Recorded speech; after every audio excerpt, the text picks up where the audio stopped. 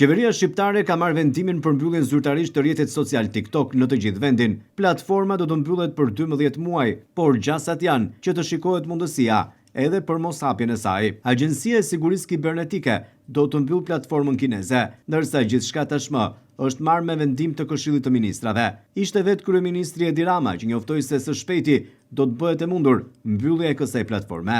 Qytetarët e Vlorës përshëndesin vendimin për mbylljen e platformës për shkak të problematikave të mëdha që ky rrjet social ka sjellë kryesisht për fëmijët dhe adoleshentët. Unë s'ka fëmijë, e ta mbyllën, e ta lënë së më prish punë.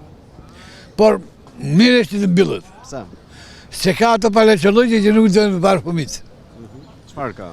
Nuk ka ato që dalin me minipunë, dalin me kohë për jashtë, dalin me një stit shtue, me një kapardik shtue. Ata janë. Ka parë. Ate në kërëma kam parë. Gjëja më pozitive duhet ishe më përpara.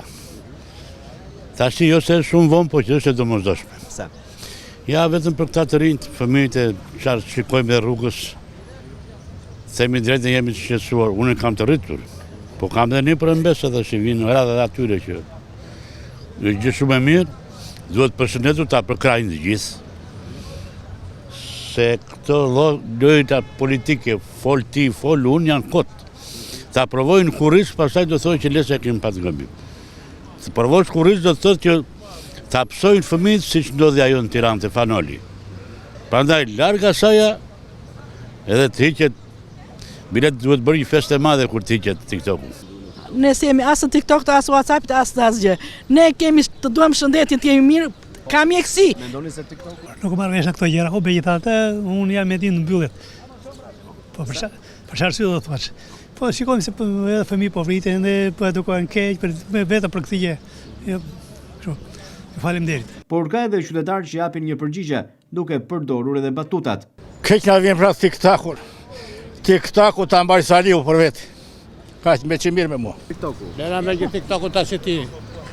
Herman, si kia, të kam i këtë vjetër. Se nga trone me TikTok-u, lena rata.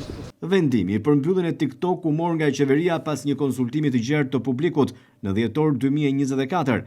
Kjo lëvizje erdhi pas vrasjes me thik të nxënësit 14 vjeçar Martin Cani nga një bashkëmoshatar. Pas konsultimit me prindër e mësues në mbar vendin, ishte vetë kryeministri Edi Rama që njoftoi në konferencën e fundit të vitit 2024 se mbi 90% e tyre janë për mbylljen e TikTok, pasi e shohin si të dëmshëm për fëmijët. Po ashtu pritet që edhe SPAK të hyjë në këtë lojë për të bërë të mundur kontrollin e rrjeteve sociale, duke qenë se jemi edhe në prag të zgjedhjeve të 11 majit dhe qytetarët duhet u besojnë vetëm lajmeve që japin mediat dhe webet e tyre, apo thëndryshe rrjetet e tyre sociale, pasi ato vetëm janë të besueshme.